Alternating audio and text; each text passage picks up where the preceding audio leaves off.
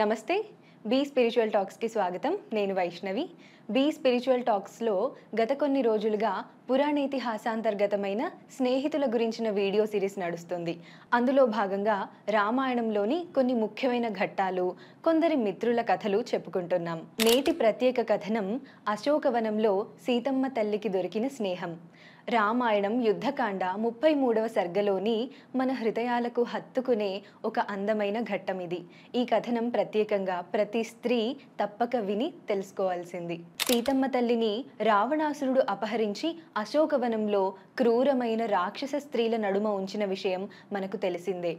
విరూపమైన ఆకృతుల్లో భయంకరంగా ఉన్న ఆ రాక్షసీలంతా సీతమ్మతో పరిపరి విధాల నిరంతరం ఆ రావణుణ్ణి పొగుడుతూ రాముణ్ణి దూషిస్తూ తల్లి మనసు నొచ్చుకునేలా మాట్లాడేవారు.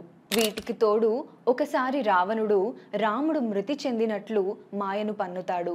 సీతాపతి మాయశిరము ఆ తల్లికి చూపి నగియే అసురాధముడున్ భూతనయది నిజమనుకొని భూతలమున బడెను తాను మూర్ఛను అప్పుడున్. రావణుడు కుటిల బుద్ధితో అచ్చు రామునిలాగే ఉన్న ఒక రక్తం కారుతున్న ప్రతిమ తలను తయారు చేసి సీతమ్మకు చూపించాడు. ఒక్కసారిగా తల్లి అది నిజమనుకొని మూర్ఛబోయింది. వలవల ఏడ్చెను మైథిలి పలు విధముల పతిని దలచి బాధతో పొగిలెన్. తరువాత మూర్ఛ నుండి తేరుకున్న సీతమ్మ రాముని కోసం కన్నీరు మున్నీరైంది. సీతాం తు మోహితాం దృష్ట్వా ప్రియా ప్రణయినీం సఖీం ఆశ్వాసయామాస తదా సరమా మృదుభాషిణి సఖీ స్నేహేన సువ్రత. అప్పుడు వచ్చింది సరమ. సఖీ స్నేహంతో కష్టాల్లో ఉన్న నెచ్చలిని ఓదార్చడానికి మృదుభాషిణిగా. దుఃఖ సాగరంలో మునిగి ఉన్న సీతమ్మతో సరమ చెప్పిన ఆ మాటలు ఏంటో చూద్దామా?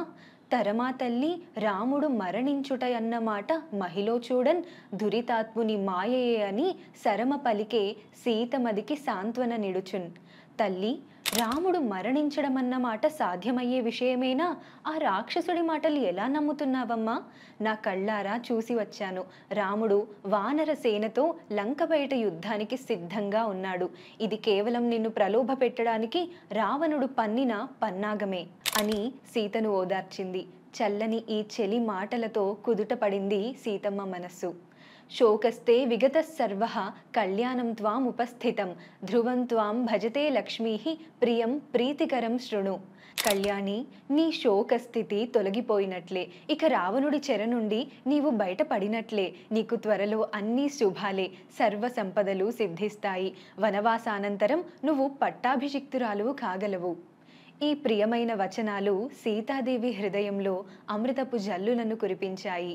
మరణోన్ముఖురాలైన ఆమెకు తిరిగి నూతన ఉత్సాహాన్ని కలిగించాయి. అంతేకాదు, ఎంతో కాలంగా చిక్కుపడి ఏకవేణిగా ఉన్న నీ శిరోజాలను శ్రీరాముడు చక్కదిద్దగలడు అంటుంది. బాధలో ఉన్న వారిని సముదాయించాలంటే ఆత్మీయుల ప్రస్తావన తీసుకొస్తే వెంటనే ముఖంలో చిరునవ్వు వస్తుంది. అలానే చేసింది సరమ. ఈ సందర్భంలో శ్రీరామచంద్రుల ప్రస్తావన బరువెక్కిన సీతమ్మ హృదయాన్నే కాదు, రామాయణం చదువుతూ వింటూ సీతమ్మతో కలిసి ప్రయాణం చేసే పాఠకులకు, శ్రోతలకు కూడా భారమైన ఆ సన్నివేశాన్ని తేలికపరుస్తుంది. అశ్రూణ్యానందజానిత్వం వర్తయిష్యసి శోభనే సమాగమ్య పరిష్వజ్య తస్యోరసి మహోరసః. ఇంకా ఎంతో తొందరలోనే రాముని చేరుకొని ఆయన గుండెకు హత్తుకొని ఆనందాశ్రువులను రాల్చగలవు తల్లి అంటుంది సరమ. ఇంత మధురమైన సరమ అనునయ వాక్యాలకు కోలుకున్న సీత సరమను స్నేహపూర్వకంగా దగ్గరకు తీసుకుంది.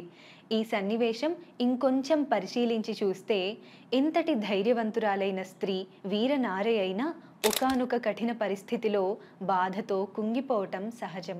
అటువంటి సమయంలో ఒక బిడ్డ తల్లితో, ఒక చెల్లి అక్కతో, ఒక స్త్రీ తన పొరుగింటి మరొక ఆడపడుచుతో ఇంకా నొచ్చుకునేలా కాకుండా ఎలా కోమలంగా మాట్లాడి మళ్ళీ ధైర్యాన్ని, ఉత్సాహాన్ని నింపాలో, తన సహనాన్ని ఎలా గుర్తు చేయాలో నేర్పిస్తుంది. పరస్పరం స్త్రీల ప్రవర్తన, సహాయ సహకారాలు ఈ సమాజం పైన ఎంతో ప్రభావాన్ని చూపిస్తాయి. ఒకరిపై ఒకరికి అనవసర పోటీ, అసూయ, ద్వేషాలు వారి వారి కుటుంబాల మీద, సమాజం మీద చెడు ప్రభావాన్ని కలుగజేస్తాయి. అలాగే పరస్పర సహాయ సహకారాలు, ఆదరాభిమానాలు, స్నేహభావాలు మంచి ప్రభావాన్ని చూపిస్తాయి. నిర్మాణాత్మకమైన సమాజానికి అంటే ఒక ప్రోగ్రెసివ్ సొసైటీకి అవి ఉపయోగపడతాయి. ఇంత చక్కగా మన సీతమ్మ తల్లితో మాట్లాడిందే ఈ సరమ ఎవరో కాదు, రాక్షస శ్రేష్ఠుడైన రామ భక్తుడైన హనుమ ప్రియమిత్రుడైన విభీషణుడి ధర్మపత్ని. ఈమె గురించి కొన్ని విషయాలు తెలుసుకుందాం. విభీషణుడి ధర్మనిష్ట గురించి ఇదివరకు మనం కొన్నిసార్లు ప్రస్తావించుకునే ఉన్నాం. విభీషణస్తు ధర్మాత్మ నతు రాక్షస చేష్టితః.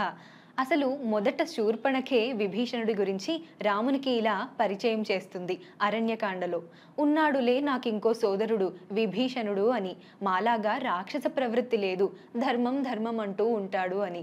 సరమానామ ధర్మజ్ఞాం లేభే భార్యాం విభీషణం. విభీషణుడికి తగిన సహధర్మచారిణి సరమ. వీరి కుమార్తె పేరు అనల. జ్యేష్ఠ కన్య అనలానామ విభీషణ సుత అని వాల్మీకి మహర్షి సుందరకాండలో ప్రస్తావిస్తారు. ఈ సరమ శైలూషుడు అనే ఒక గంధర్వుని కూతురు. రాక్షసుల మధ్యనే ఉన్న వాళ్ల దుర్గుణాలేవి ఈమెకు రాలేదు. రావణుడు అవమానించిన తర్వాత విభీషణుడు లంకను విడిచి వెళ్ళినా ఈమె లంకలోనే ఉండి సీతాదేవికి సన్నిహితురాలిగా ఒక సఖిగా తోడుంది. రామ వియోగం అనే గ్రీష్మతాపంతో బీడువారిన సీతమ్మ తల్లి హృదయంలో ఒక తొలకరి జల్లును చిలకరించి శాంతింపజేసింది. అక్కడ జగత్ ప్రభువు అయిన శ్రీరాముని కౌగిలి విభీషణుడికి లభిస్తే ఇక్కడ లంకలో జగన్మాత అయిన సీతమ్మ కౌగిలి సరమకు లభించింది. వారి జన్మలు సార్థకమయ్యాయి. నమ్మిన వారినెప్పుడూ రామచంద్రుడు విడిచిపెట్టడు. అభయం సర్వభూతేభ్యో అంటాడు కదా, అలానే తల్లి సీతమ్మ కూడా సరమను ప్రేమతో అక్కున చేర్చుకుంటుంది.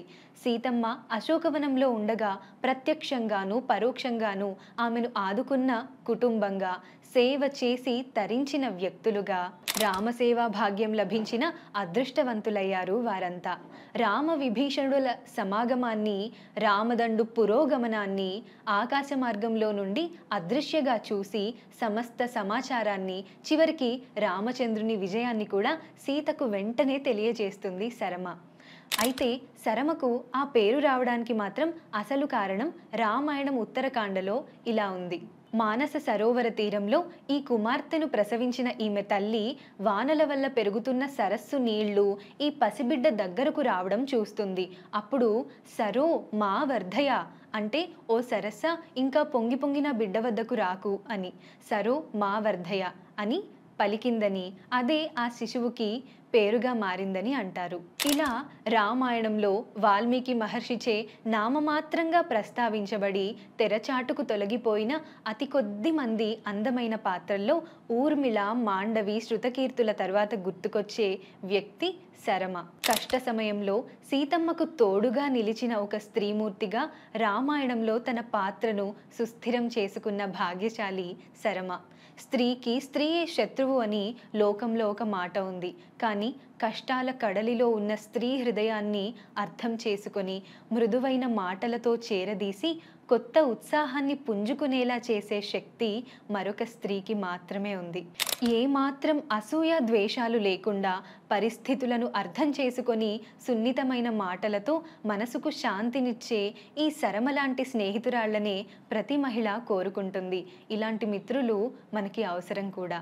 ఈ అందమైన ఘట్టం విన్న తర్వాత ఎంతోమంది స్త్రీలకి తమ జీవితాల్లోనూ కష్టకాలంలో తోడుగా నిలిచి ధైర్యాన్ని ఇచ్చిన స్నేహితురాళ్ళు తప్పకుండా జ్ఞాపకం వచ్చే ఉంటారు.